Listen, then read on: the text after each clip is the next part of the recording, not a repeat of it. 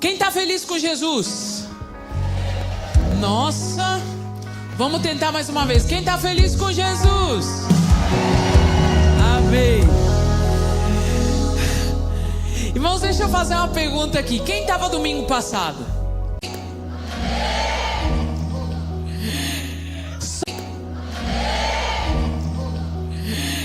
Só os crentes vão reagir com essa palavra. É forte, igreja. O povo do louvor já está assim, não, de novo não. Eu quero falar nessa tarde sobre um texto e uma história que muitos de nós, principalmente quem nasceu num lar cristão, já ouviu. Porque se você já foi parte da escola dominical das crianças, sabe, do Kids, você já ouviu falar da história de Jonas. E se você não era também criança na época, né? Quando você era criança, você não estava na igreja, em algum momento você já ouviu falar também da história de Jonas, que foi engolido por um peixe porque ele desobedeceu a direção que Deus havia dado. E eu quero falar nessa tarde sobre a síndrome de Jonas. Muitos de nós às vezes estamos vivendo essa síndrome. Porque essa síndrome, eu vou falar as características, mas antes de entrar nisso eu quero ler a história, para que você possa entrar na história. Quem me conhece sabe que eu gosto de dar um pano de fundo, e que a gente possa visualizar essa história. Então eu vou ler como se a gente estivesse contando uma história. Eu quero que você possa visualizar essa história. Se encontra no livro de Jonas, capítulo 1, verso 1 em diante. E o texto diz assim, por favor, preste bastante atenção. E veio a palavra do Senhor a Jonas, filho de Amitai, dizendo: levanta-te e vai para a grande cidade de Nínive, e clama contra ela, porque a sua malícia subiu até mim. E Jonas se levantou, mas para fugir de diante da face do Senhor, para Tarsis.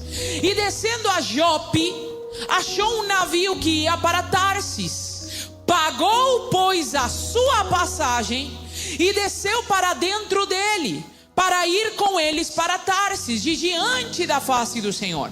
Mas o Senhor mandou ao mar um grande vento, e fez-se no mar uma grande tempestade. Abre parênteses, não foi o diabo que mandou, tá, gente? Foi o Senhor. Ai, já Deus está falando. E o navio estava para quebrar-se. Então temeram os marinheiros e clamavam cada um ao seu Deus. E lançavam no mar as cargas, as fazendas que estavam no navio, para o aliviarem do seu peso. Jonas, porém, desceu aos lugares do porão e se deitou, e dormia um profundo sono. E o mestre do navio chegou-se a ele e disse-lhe: que tens, dormente? Levanta-te e invoca o teu Deus. Talvez assim Deus se lembre de nós, para que não pereçamos.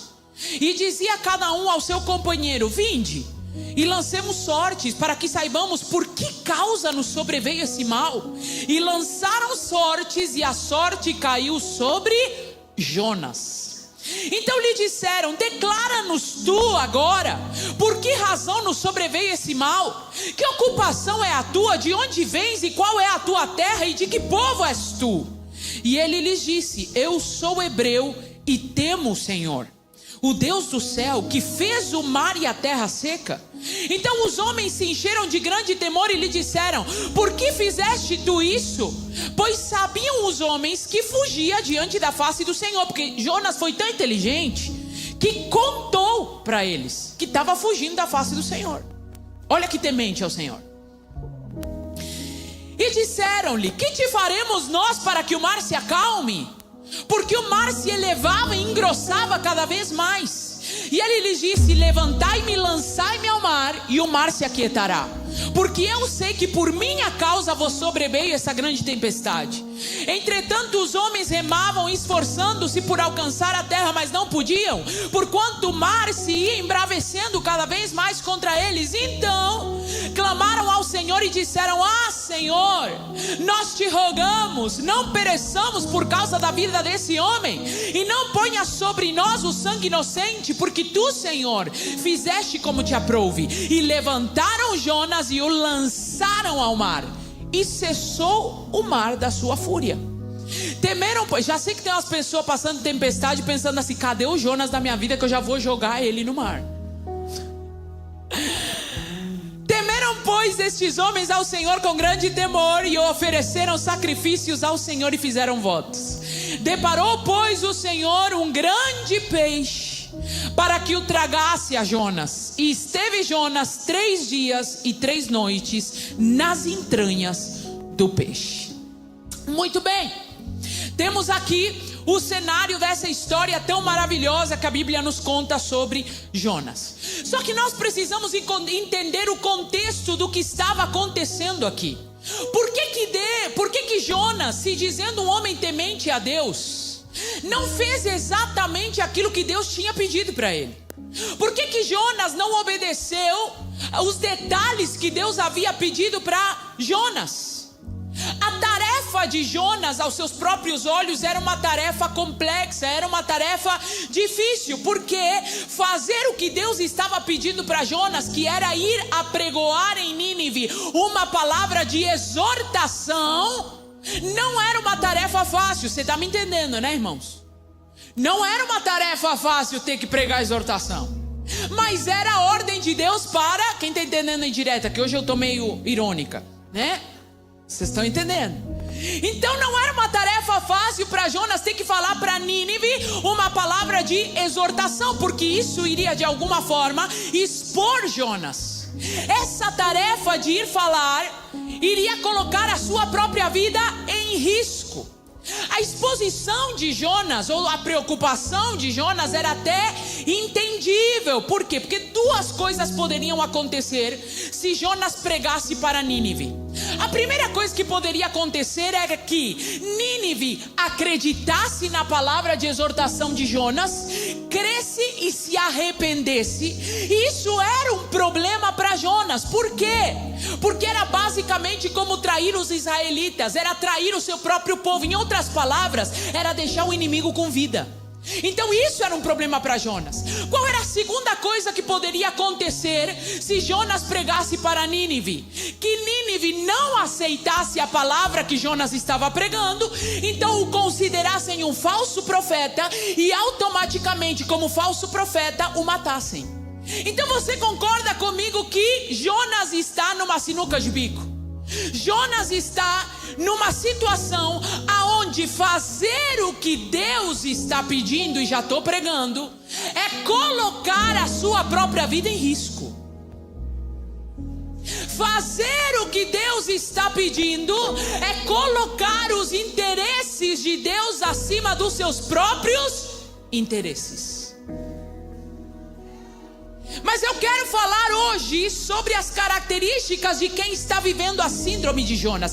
E a primeira delas é que quem está na síndrome de Jonas não se arrisca se não for pelos seus próprios interesses.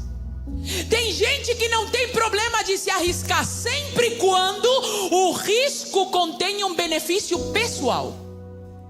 Se o risco não vem para contemplar uma necessidade minha, eu não estou disposto a me arriscar.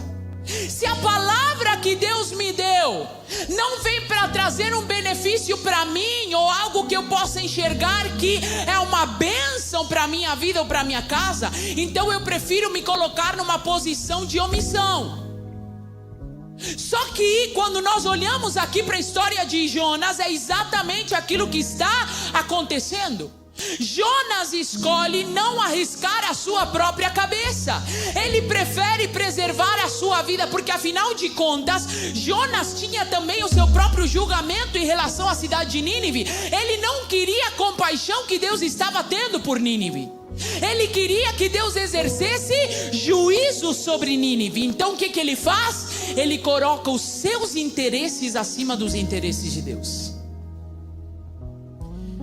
Hoje eu te autorizo até a dar indireta, tá, irmão? Se você está perto de uma pessoa que algum ponto do que eu estou falando com ela discretamente, você pode dar um toquezinho. Porque tem umas pessoas que fica difícil de entender, sabe? Deus fala, a pessoa não. Ele coloca os seus interesses acima dos interesses de Deus. E ele escolhe fazer o quê? Fugir.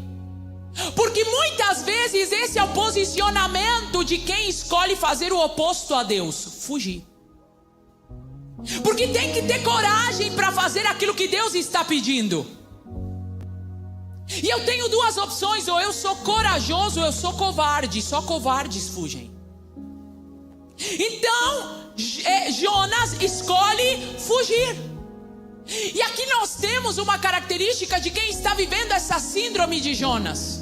Porque pessoas que muitas vezes elas se engajam em tarefas, sempre e quando essa tarefa possa trazer algo positivo para a minha vida. Às vezes eu tenho um olhar interesseiro até para as ordens de Deus. Se Deus levanta um profeta para falar uma palavra que tem uma promessa, porque vamos falar sério, irmão, todo mundo gosta de profecia que vem e fala: eis que te digo, te usarei, te levarei pelas nações, serás uma grande voz profética. A pessoa fica adora. Mas quando vem um profeta e fala: você vai passar por um deserto, a pessoa está repreendido, está amarrado. Ai, lanço fora, não recebo, não aceito. Como se Deus precisasse da sua aceitação para aquilo que Ele quer fazer com você.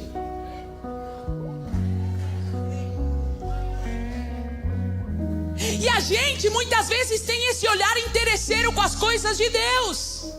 Se a palavra que Deus me deu condiz com aquilo que eu quero, eu recebo. Agora, se a palavra que Deus deu vem de encontro com aquilo que eu estou sentindo, precisando ou querendo, aí é falso profeta.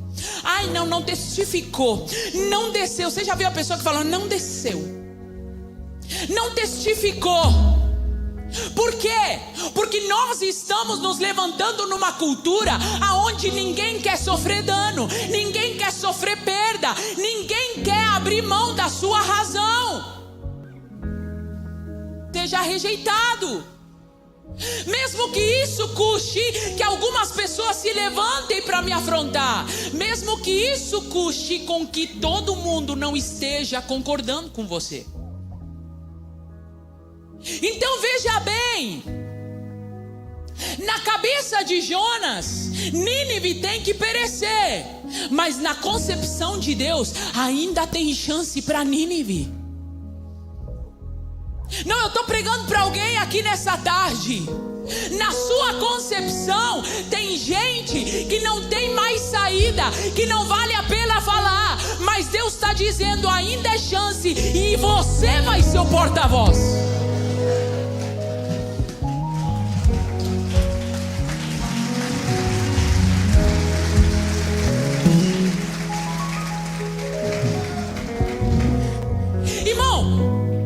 Jonas está tão preocupado com ele, que Jonas não muda de ideia porque Deus falou. Jonas muda de ideia porque a vida dele foi tocada, ele foi parar dentro de um peixe. Então, nós às vezes nos encontramos nessa condição. Que condição, pastora? A condição de: eu até quero servir a Deus, mas não me dá tarefa difícil não. Eu quero fazer o que Deus quer, mas não bota gente difícil no meu time. Eis que te digo. Eu até quero servir ao Senhor e cumprir o propósito, mas não me bota no meio de conflito, não me bota no meio de gente que é complicada. Senhor, eu não nasci para isso. Me deixa aqui no meu canto. Deixa eu te falar algo. Se seu olhar estiver sempre no seu próprio benefício, você não tem aptidão para ser representante de Deus na terra.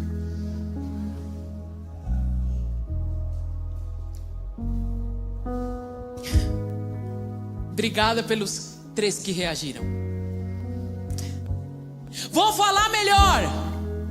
Deus não poderá te confiar grandes coisas se seus sentimentos, sua vontade e seus ideais estão acima das ordens de Deus. Pastora, seja um pouquinho mais clara, porque eu gosto de ser clara. E eu vou ser. Entenda, existem ordens que Deus vai te dar que não vão fazer sentido para você. E Deus não está querendo que você entenda. Por quê? Porque Deus não tem que te dar explicações.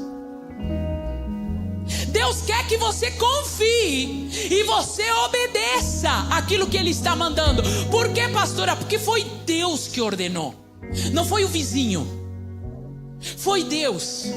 Irmão, que sentido faz Jesus chegar para Pedro, depois de ter tentado a noite inteira lavar, pescar peixes, e ele está lá já no início, limpando as redes, fazendo o trabalho difícil, já tentou tudo, e aí chega Jesus, e eu acho tão engraçado, porque Jesus, ele às vezes se apresenta de uma forma muito irônica, e vem Jesus que é o quê? Um pescador? Não, vem Jesus que é um carpinteiro, para falar para quem? Para um pescador que tentou a noite inteira pescar, e dizer o seguinte: ô Pedro, vai lá no meio do mar e lança as redes de novo. Irmão, qual é a probabilidade de um pescador ouvir um carpinteiro aquilo que ele tem que fazer, sendo que ele já fez tudo que ele deveria fazer? Mas Pedro não está obedecendo porque faz sentido a ordem. Pedro está obedecendo por quem está falando. É por isso que Pedro diz: eu já fiz, mas em tua palavra eu vou lá e eu vou lançar as redes.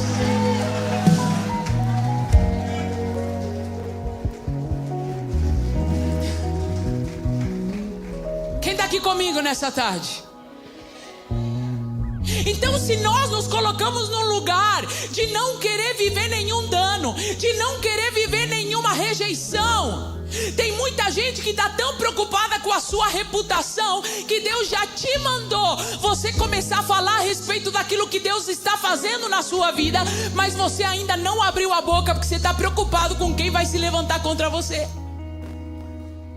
Ai, mas as pessoas não vão entender, as pessoas vão me rejeitar, as pessoas vão achar que agora eu estou fanático de igreja. Meu irmão, deixa eu te explicar algo. Se Maria estivesse preocupada com a sua reputação, não seria o ventre escolhido para receber o Salvador. Porque que sentido faz uma mulher virgem chegar para todo mundo e dizer: não, na verdade eu sou virgem, mas eu estou grávida? Mas Maria não está preocupada com a sua reputação. Deixa eu te explicar: os maiores sonhos de Deus só podem estar em ventres de quem parou de se preocupar com o que os outros acham.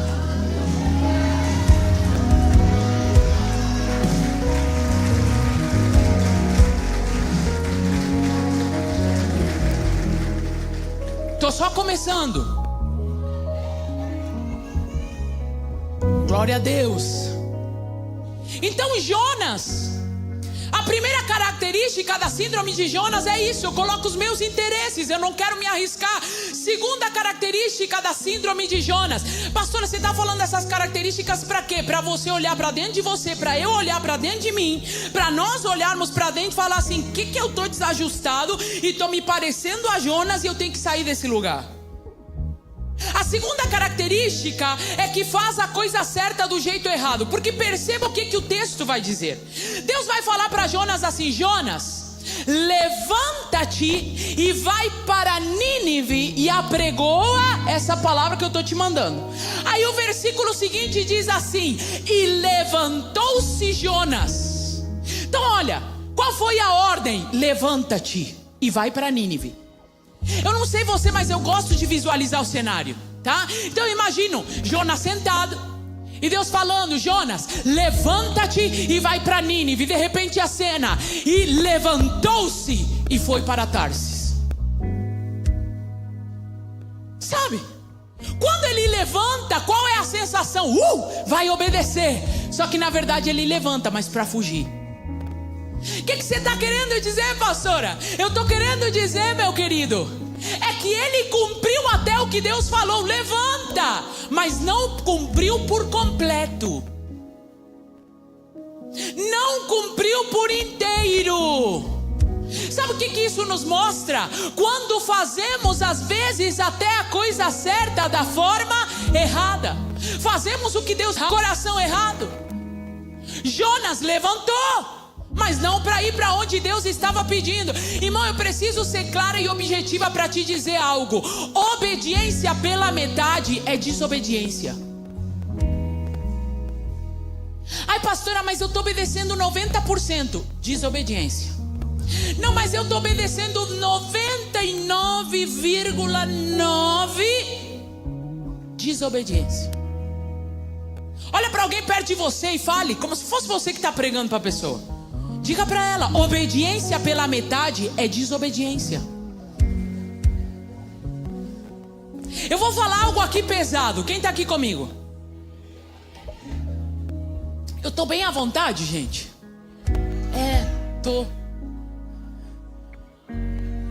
Deixa eu te falar. Existe uma diferença entre obediência e submissão. Às vezes até somos obedientes, mas não somos submissos. Pastor, explica, porque agora está ficando muito complexo. Vou te explicar.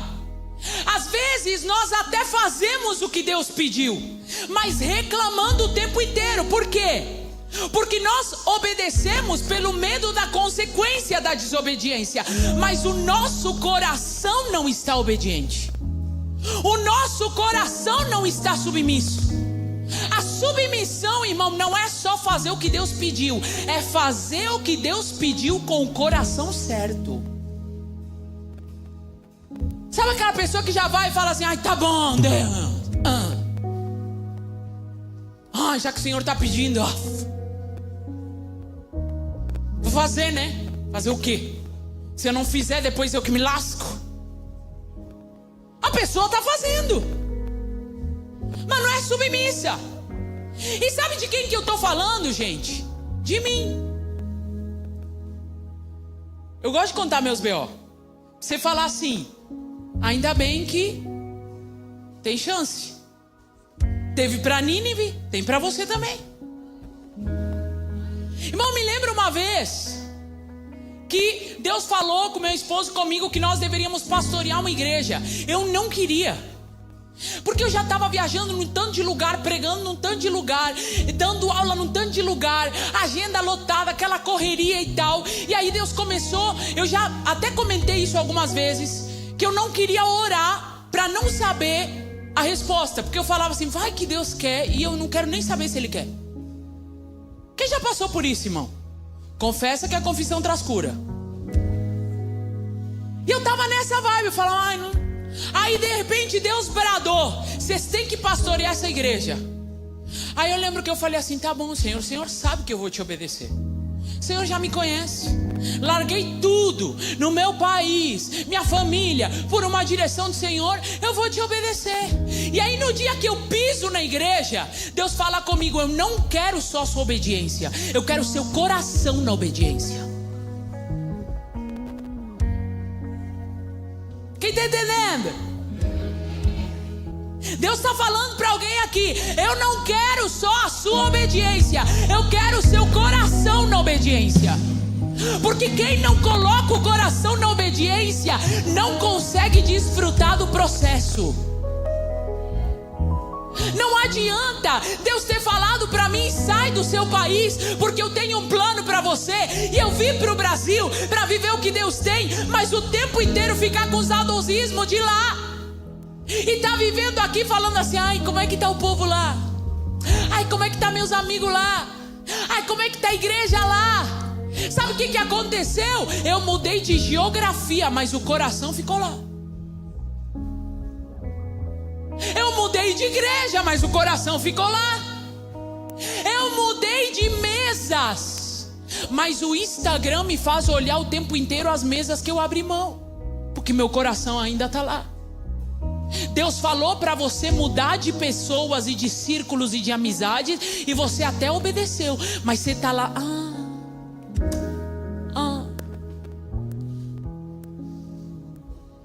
Enquanto o coração não vai junto, você não consegue desfrutar do processo. Você não consegue viver tudo aquilo que Deus tem para você. Porque Deus não está dizendo: eu não quero o seu corpo presente, eu quero você por inteiro, naquilo que eu estou te mandando fazer, naquilo que eu estou te ordenando. Porque a própria Bíblia já disse: os meus pensamentos são mais altos do que os seus, os meus caminhos são maiores do que os seus. E eu sei os pensamentos que eu tenho a vosso respeito, pensamentos de paz e não de mal.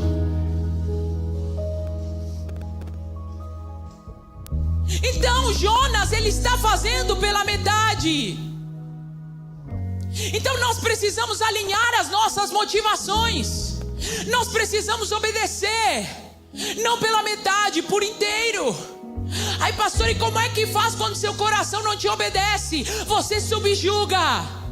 O que você faz quando o seu coração não corresponde? Você vai, meu irmão, pro pó. E você se humilha diante de Deus, dizendo: Senhor, eu não sei do futuro, mas o Senhor está lá. Então eu não vou confiar naquilo que os meus olhos conseguem enxergar. Eu confio em quem o Senhor é. E se o Senhor está dizendo que isso aqui é o que eu tenho que fazer, então eu quero meu coração nisso. Eu quero te obedecer. Eu quero sofrer o dano temporário. É por isso que a Bíblia diz: essa breve e momentânea tribulação produzirá o maior peso de glória.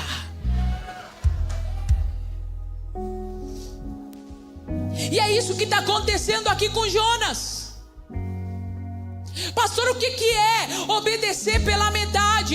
Eu sirvo no ministério, mas não porque eu amo servir a Jesus, mas porque eu quero reconhecimento. Fez a coisa certa do jeito errado. Eu vou no culto, mas não é para dar o meu melhor para Deus, é para avaliar como é que está sendo feito. Eu estou fazendo a coisa certa com a motivação errada. Vou falar outra. Eu mostro espiritualidade na minha família, não porque eu quero me parecer a Jesus, mas porque eu quero mostrar para os outros que eu estou num nível superior. Eu faço a coisa certa com a motivação errada. Eu procuro ser o melhor no meu emprego, não porque eu quero fazer tudo com excelência como para o Senhor, mas porque eu quero competir com os meus colegas. A coisa certa com a motivação errada. Essa aqui é forte. Eu dou um sorriso simpático para alguém, não porque essa pessoa me agrada, mas porque eu não quero ter que lidar com o conflito de resolver o que está errado entre nós. Então deixa eu fazer a coisa certa com a aparência de que está certo. Obediência pela metade é desobediência. Jonas está fazendo o que? Eu levanto, mas eu não vou para onde o Senhor está mandando. Meu irmão, entenda algo. Deus não quer somente a sua ação. Deus quer o seu coração e o seu entendimento na ação. Se Deus não estivesse preocupado com o coração, Ele até na questão de semear, Ele não falaria: cada um dê conforme propôs em seu coração, não com pesar ou por obrigação. Sabe o que ele está dizendo? Não adianta de nada você vir aqui ofertar 50 mil reais, se no seu coração você está semeando com peso, com dor. Deus está me pedindo. Deus está dizendo: se for fazer, faz do jeito certo. 100% de obediência e submissão. Olha para alguém perto de você e diga para essa pessoa: está falando contigo. E não adianta você olhar para mim e falar assim: não é para mim não. Não é para todos nós, mesmo porque a Bíblia é para todos nós. Amém? Ninguém está reagindo. Jesus. Espero que no online o povo esteja reagindo. Me ajuda aí. 6.000 pontos online. Glória a Deus. Reage. Terceira característica de quem está na síndrome de Jonas: escolhe a sua vontade e não a vontade de Deus. Meu irmão, o que eu vou te explicar agora é forte. Esse ponto aqui é o que eu mais gosto de falar.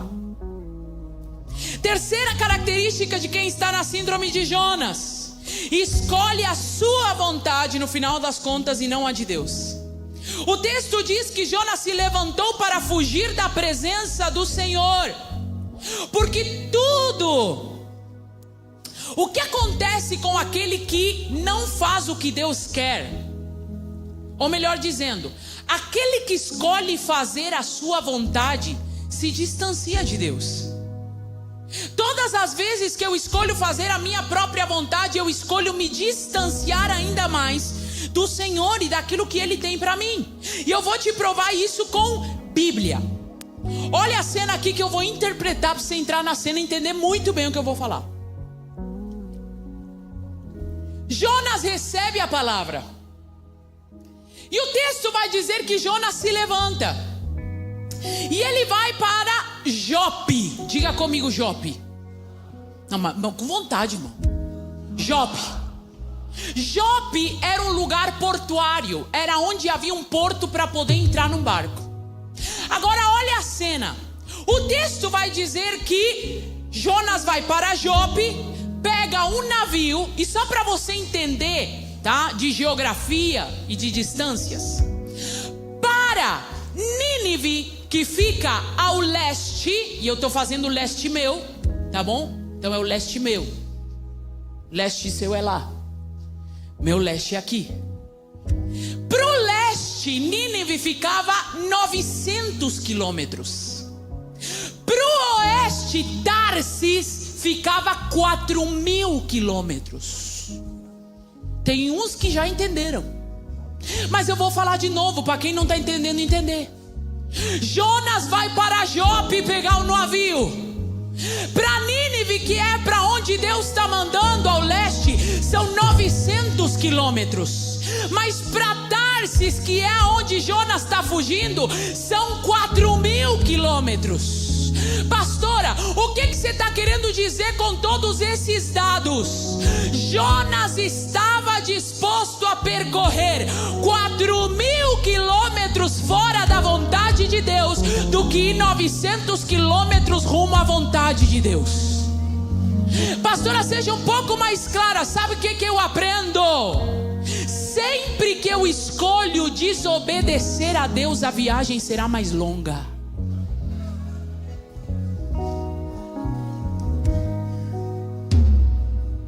Sempre que eu escolho desobedecer a Deus, o caminho será maior para ser percorrido.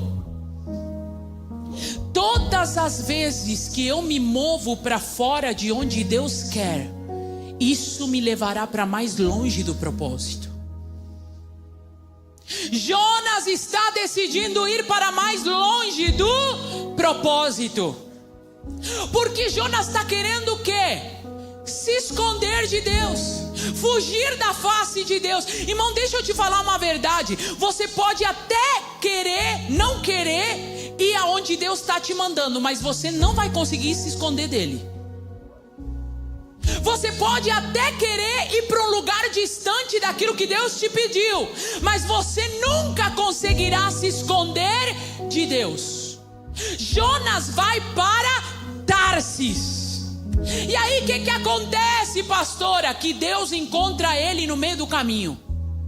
E aí Deus faz o quê? Olha aqui, o texto vai dizer que Jonas pagou a sua passagem. Meu irmão, eu preciso falar isso. Quem está comigo? O texto vai dizer que Jonas paga a sua passagem para ir para Tarsis. Por que, pastora? Porque todas as vezes que você escolhe ir em oposição àquilo que Deus te pediu, quem paga a conta é você. Você vai ter que bancar a sua decisão, porque quando você faz aquilo que Deus te pediu, Ele libera recurso para que se cumpra a palavra que Ele ordenou. Ele traz à existência tudo o que você precisa para que o propósito dele se cumpra.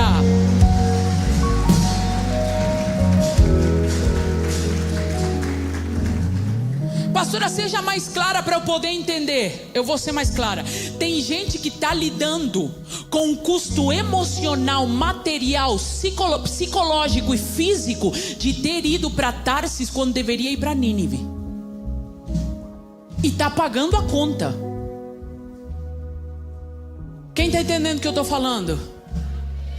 Tem gente que talvez essa semana falou para Deus: Senhor, eu não aguento mais. Deixa eu te falar algo.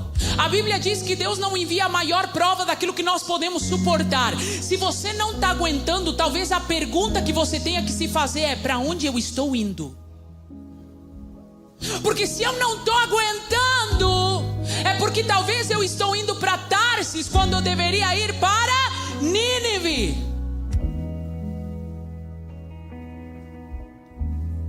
Sabe o que eu aprendo também com Jonas?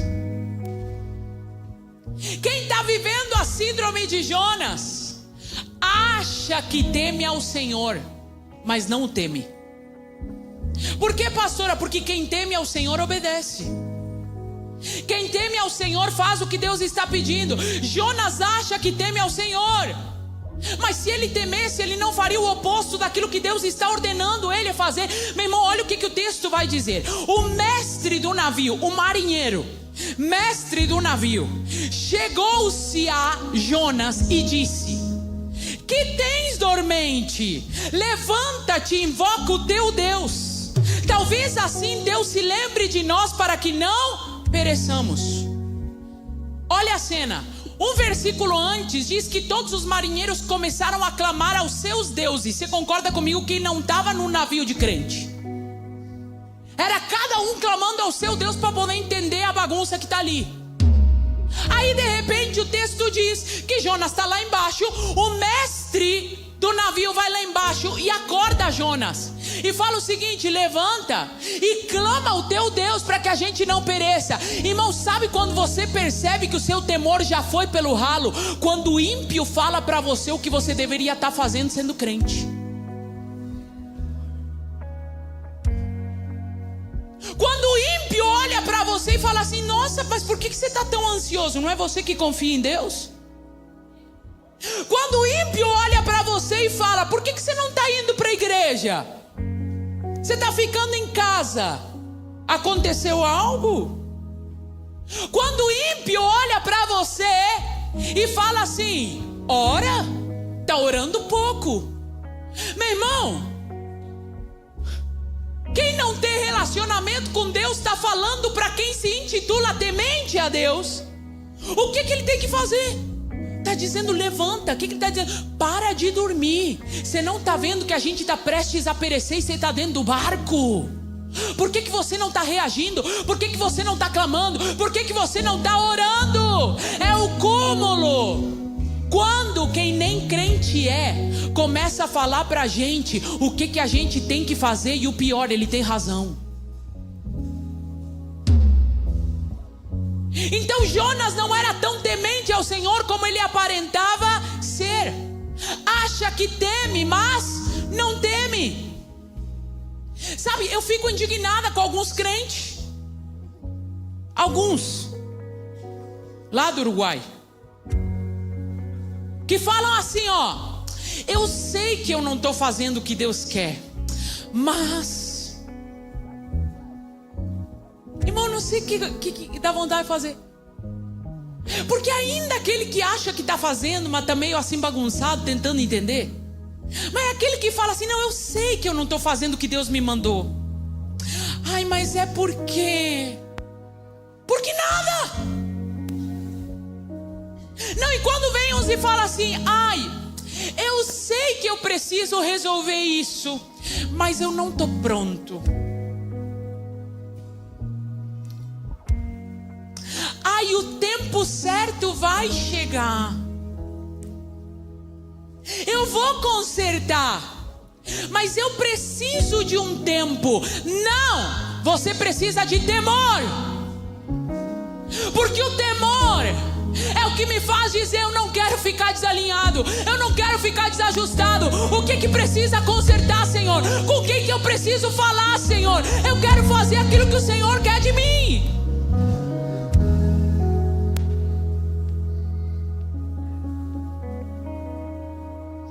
E o texto diz: mas o Senhor mandou ao mar um grande vento e fez-se no mar uma grande tempestade, e o navio estava para quebrar-se. Deixa eu falar algo para você: existem tempestades que não é o diabo que manda, existem tempestades que é o próprio Deus que manda. Para quê? Para te colocar numa zona de expulsão. Porque se você não quiser sair, Deus faz de tudo para te tirar. O que é isso, pastor? Uma zona de expulsão é quando todo mundo começa a ver que tem alguma coisa errada no barco. Só é uma questão de tempo para eles perceberem que o errado é você. Ai, eu estou sendo perseguido. Não, não, não. É a tempestade que Deus levantou para te tirar do navio. É a tempestade que Deus levantou para te tirar do barco, dessa empresa que já não condiz mais com você.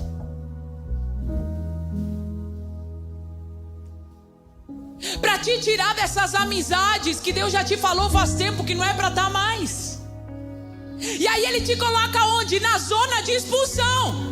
Porque você não entende por que se levanta uma tempestade e essas pessoas que sempre te amaram, te elogiaram e acharam você o máximo, começam a achar tudo o oposto.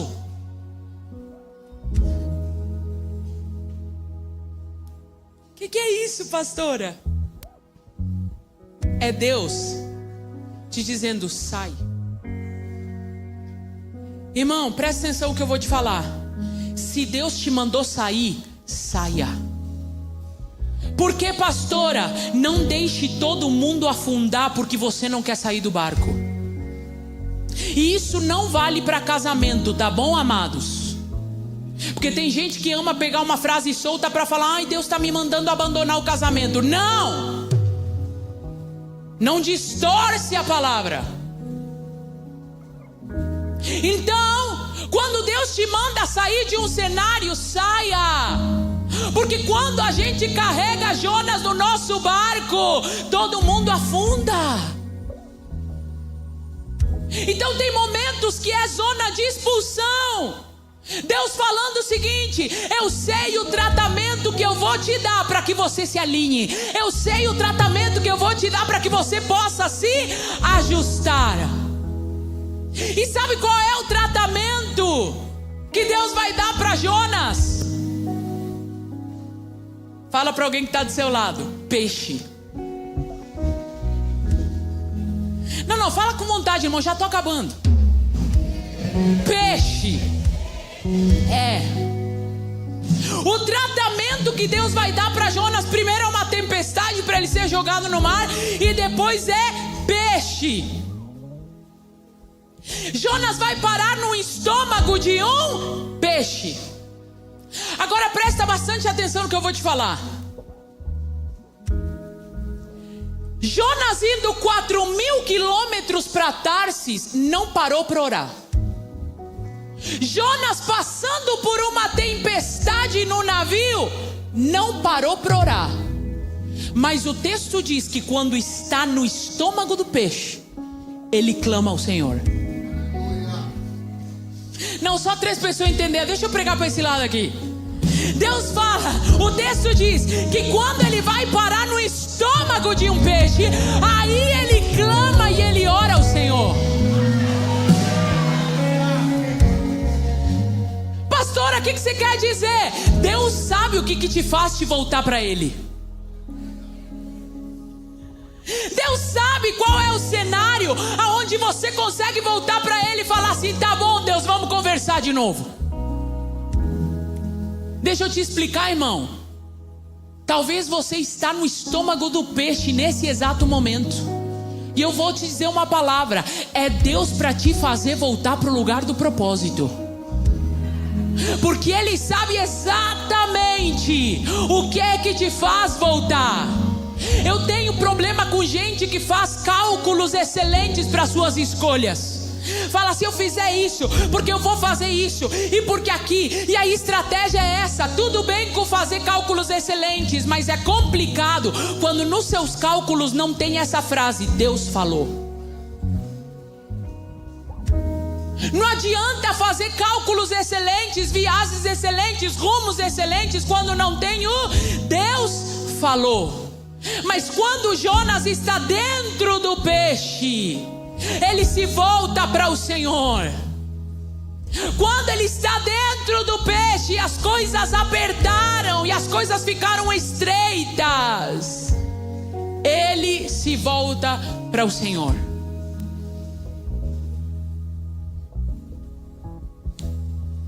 Já estou acabando, mas eu vou te falar uma frase. Pega isso aqui que eu vou te falar. Deus não quer usar peixe com você, mas se precisar, Ele vai usar. E glória a Deus por isso. E glória a Deus por isso. Porque é preferível parar no estômago de um peixe do que afundar num navio sem ter possibilidade de recalcular a rota, sem ter possibilidade de voltar ao propósito que Deus tem para nós, à vontade original que Deus tinha para nós. Você quer uma boa notícia?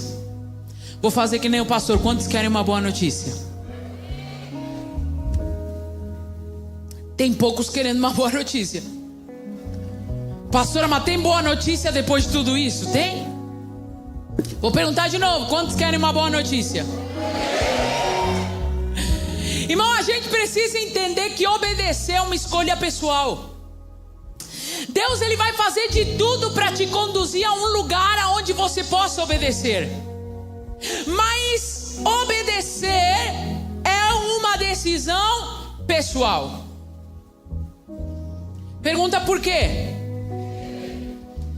Porque Jonas está no estômago do peixe. E perceba que eu estou vindo um pouquinho para cá, porque para cá era Tarsis, certo? Aqui é Jope e lá é Nínive. Muito bem. Então eu estou no estômago do peixe aqui, né? Que eu estava rumo a Tarsis. Então Jonas está aqui rumo a Tarsis. Vai parar no estômago do peixe. Ali ele ora ao Senhor. Ali ele clama ao Senhor. Ali ele se arrepende. E aí o texto diz que o peixe vai vomitar Jonas em terra. O que isso significa? Que se o peixe vai vomitar Jonas em terra, nós poderíamos pensar o seguinte: já que ele decidiu obedecer, então Deus vai levar Jonas para Nínive. Não! Porque em Nínive não tem mar. Nínive só tem terra. Então, para que o peixe consiga vomitar Jonas, ele tem que estar num lugar onde o peixe esteja no mar e haja terra por perto. Que lugar é esse? Jope. É aqui aonde tem porto. É aqui aonde se pega o navio. Então deixa eu te explicar. Aqui Jonas se arrepende, mas quando Deus manda o peixe vomitar Jonas, ele vomita no ponto de partida e não no ponto de destino. Por quê, pastora? Porque para viver o propósito é você quem tem que escolher. Ele vai e diz para Jonas: levanta-te e vai para Nínive e apregou a minha palavra. O que ele está dizendo é: a ordem não mudou, mas é você quem precisa escolher ir para o lugar que eu estou te mandando. Pode ficar de pé.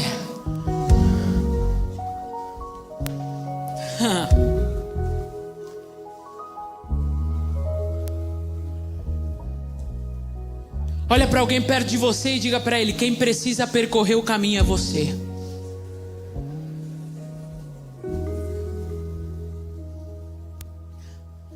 Aí eu estou orando para Deus fazer por mim o que eu não posso fazer. O que você não pode mesmo, Ele vai fazer. Mas tem uma parte que é você que está achando que não pode. E Ele está dizendo: não, é você quem tem que ir. Quem está aqui comigo nessa tarde? O que Deus está dizendo é: quem precisa ir rumo ao propósito é você. Eu tenho te dado palavras, eu tenho te dado promessas, eu tenho compartilhado com você os sonhos que eu tenho para você. Só que você está adiando aquilo que eu tenho para você, porque você está colocando desculpas. Você precisa ir rumo ao lugar que eu já estabeleci para você, Jonas. Você precisa fazer o que você disse que faria. Afinal de contas, não é você que diz: eis-me aqui, Senhor, me usa, faz a tua vontade, faz comigo o que o Senhor quer fazer. Eu estou disponível, eu estou disposto. Se você tem falado isso para o Senhor, entenda uma coisa: Deus quer que você viva o propósito dele, mas Ele não vai percorrer por você aquilo que é você quem tem que percorrer.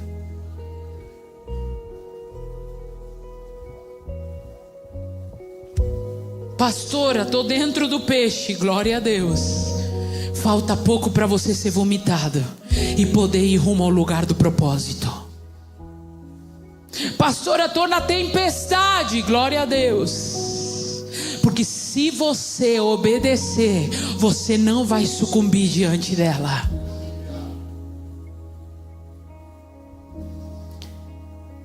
Às vezes Deus vai te levar para lugares que você saiu pela janela para que você saia pela porta.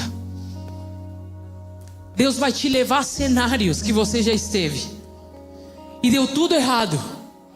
E Ele vai te dizer o que? Não, peraí. Antes de você ir para Nínive, deixa eu te vomitar em Jope para você sair do jeito certo. Meu irmão, você já sentiu que você teve um retrocesso? Parece que você olha para a sua vida e você fala assim: gente, mas eu já tive aqui. Por que eu estou aqui de novo? Deus, por que eu estou aqui de novo? Deixa eu te explicar. Você não vai chegar a Nínive se você não for para Jope primeiro. Ah, mas eu já tive aqui. Sim, mas quando você esteve aqui, você pegou o navio quando era para andar a pé em direção a Nínive. Então eu vou te colocar em Jope de novo, no ponto de partida, porque agora você não vai pegar navio, agora você vai ir para o lugar aonde eu te mandei ir. Você não vai sair pela janela, você vai sair pela porta. Você vai fechar ciclos, você vai fechar capítulos que deveriam ter sido fechados da forma certa. Você vai restaurar relacionamentos que estavam quebrados para poder sair deles da forma certa. Você não vai voltar para ter o mesmo relacionamento, não. Você vai voltar para consertar e sair da forma certa. Feche seus olhos aí onde você está.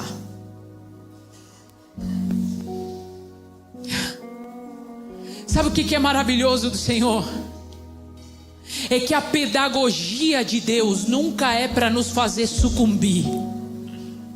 A pedagogia de Deus é sempre para nos conduzir ao lugar de plenitude que Ele tem para nós. Ah, pastora, mas a pedagogia de Deus é difícil. Pior seria que Ele te deixasse do jeito que você está.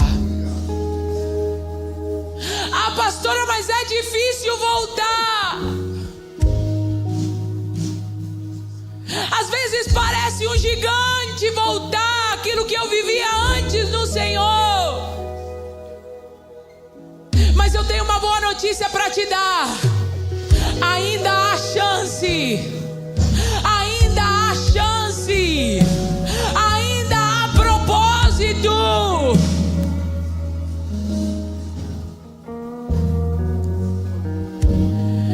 Meu irmão, a Bíblia vai dizer, e com isso eu concluo. Lá no capítulo 3, e veio palavra do Senhor segunda vez a Jonas dizendo: levanta-te e vai à grande cidade de Nínive e prega contra ela a pregação que eu te disse. E levantou-se Jonas e foi a Nínive. Foi ao lugar certo, segundo a palavra do Senhor. Agora olha o detalhe.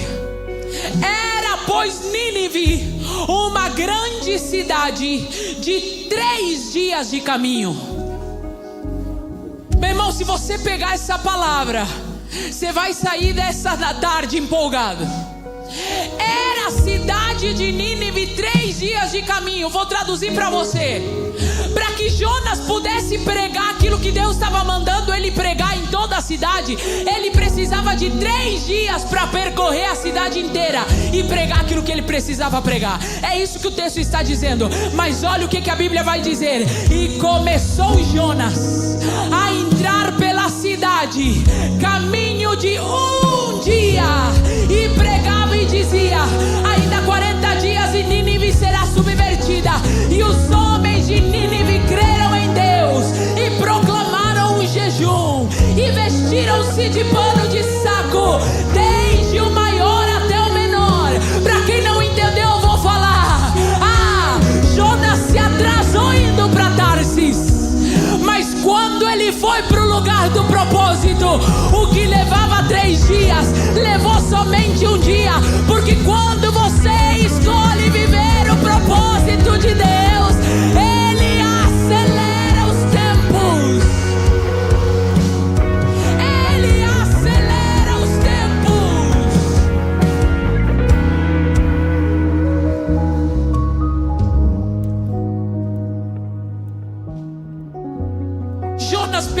um dia. E a voz foi com tanta autoridade que o próprio rei começou a proclamar. E começaram a proclamar o quê? Arrependimento. Arrependimento. Começaram a convocar jejum. Começaram, se vestiram de pano de saco, que significa arrependimento. Por quê? Porque ainda restava a chance para Nínive. Não coloque um ponto final naquilo que Deus não colocou. Pastora, você está querendo dizer que se eu me atrasei no propósito, se eu perdi tempo, ainda tem chance para mim? Sabe qual é os maiores questionamentos de muitos crentes? Achar que porque perderam uma oportunidade ou perderam o time, não tem agora mais como resolver. Eu vim aqui para te dizer: se houver mudança de rumo, se houver arrependimento, se houver alguém se levantando e dizendo eu escolho o propósito, a aceleração disponível para você, a aceleração para que a promessa de Deus se cumpra na sua história.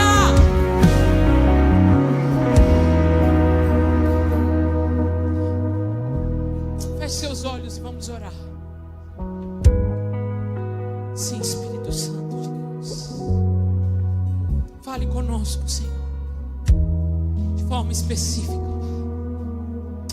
Eu gostaria que você colocasse a mão no seu coração, aí onde você está, e você pudesse orar comigo e repetir essa oração em nome de Jesus. Diga comigo assim: Senhor Jesus, eu escolho voltar.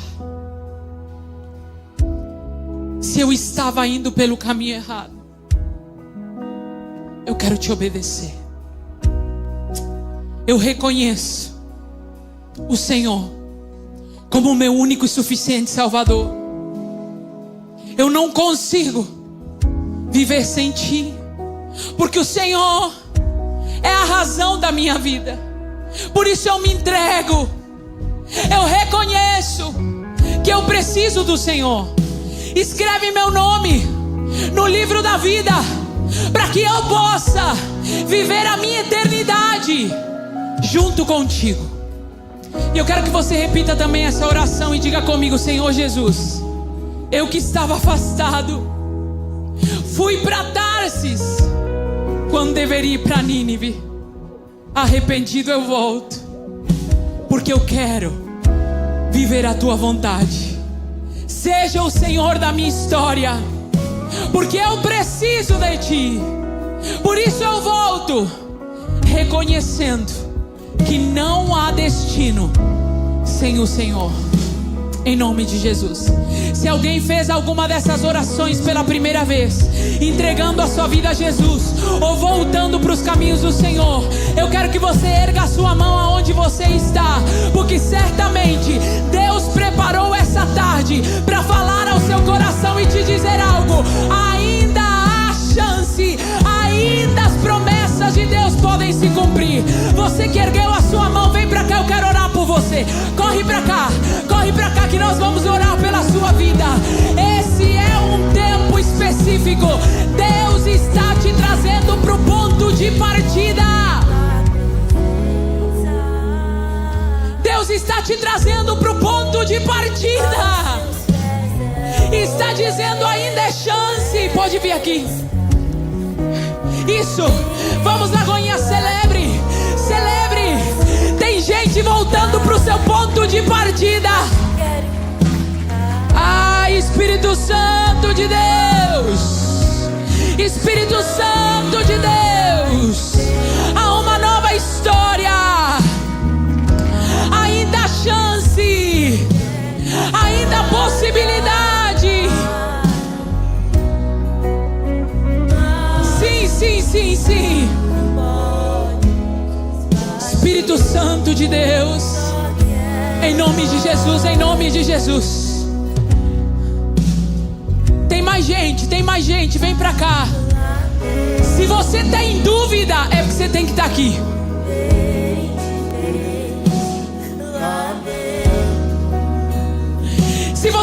pensando, será que é para eu ir lá na frente? Eu quero te dizer, o mundo espiritual precisa ver que você está escolhendo, que você está decidindo. Eu vou me levantar e vou viver aquilo que Deus tem para minha história. Isso, vem. Sim, Espírito Santo de Deus. Sim, Espírito Santo de Deus. Os pastores podem vir, podem orar. Sim, Espírito Santo de Deus. Sim. Eu abri meu coração a ti. Senhor, em nome de Jesus, eu quero orar pela vida de cada um que passou aqui nessa tarde. Cada um que chegou aqui diante do Senhor dizendo: Senhor, eu escolho, eu decido. Eu não quero mais estar na tempestade. Eu não quero mais estar no estômago do peixe teimando com as minhas decisões, teimando com as minhas escolhas, tentando fazer do meu jeito, tentando dar um jeitinho para as coisas. Não.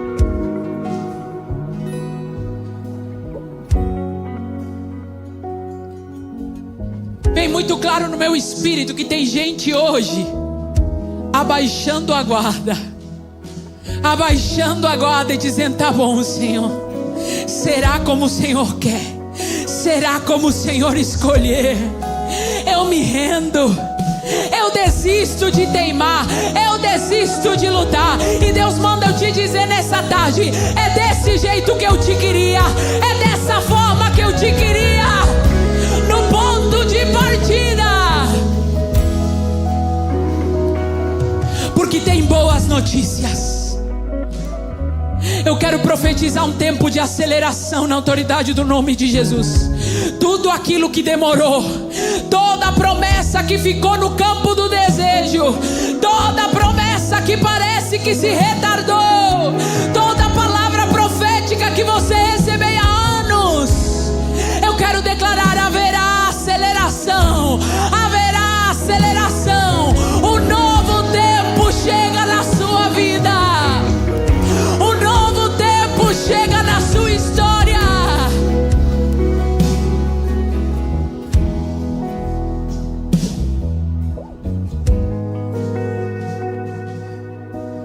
Olha para mim.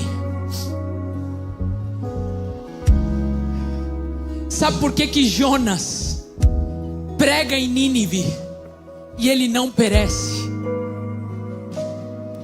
Porque quando você se move com o respaldo de Deus, é Deus quem te protege, é Deus quem te garante, é Deus que está dizendo: se está indo no meu nome, se eu mandei, eu pago a conta, e eu respaldo, e eu protejo, e eu me levanto, e é meu filho, e é a minha filha, e escolheu fazer parte do meu reino. E é essa proteção que você está recebendo nessa tarde. Basta uma decisão de dizer sim para o Senhor. E glória a Deus que você tomou essa decisão hoje. Glória a Deus. Eu quero te dizer que Deus preparou um novo tempo para você. Olha bem para mim. Deus preparou um novo tempo para você. Deus preparou uma nova estação para você. Estação com proteção, estação com promessa, estação com provisão, e estação com uma família. Porque Deus preparou essa casa e essa família para que você possa estar rodeado de gente que está com você, que vai caminhar com você, que vai celebrar os sonhos de Deus com você. E eu quero te apresentar essa família. E aqui em Lagoinha Alphaville a gente celebra muito esse momento, porque a Bíblia diz que quando um pecador se arrepende, há festa no céu. Não teve festa quando eu preguei, não teve festa quando o louvor cantou, não teve festa quando a gente grita, mas tem festa pela sua vida aqui na frente. E se tem festa lá, tem festa aqui. Eu vou contar até 3. você vai virar e você vai ser recebido pela sua nova família. Amém? Vamos lá, Goiânia. Aleluia. Vamos lá. 1, 2, 3. Seja bem-vindo.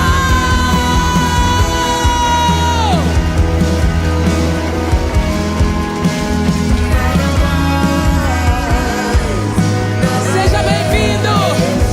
Seja bem-vindo. Seja bem-vindo. Um novo tempo. Uma nova estação.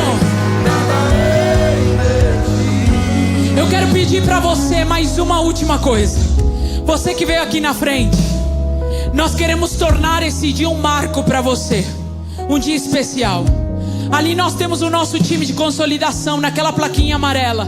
Eu quero te pedir que você vá rapidamente, é só 1 minuto ali, porque nós queremos, além de pegar o seu contato para orar por você, para te acompanhar, nós temos um presente preparado, um devocional para que você seja marcado nessa nova estação. Então enquanto você vai para lá, a Lagoinha Alphaville celebra a sua chegada, celebra o seu novo tempo.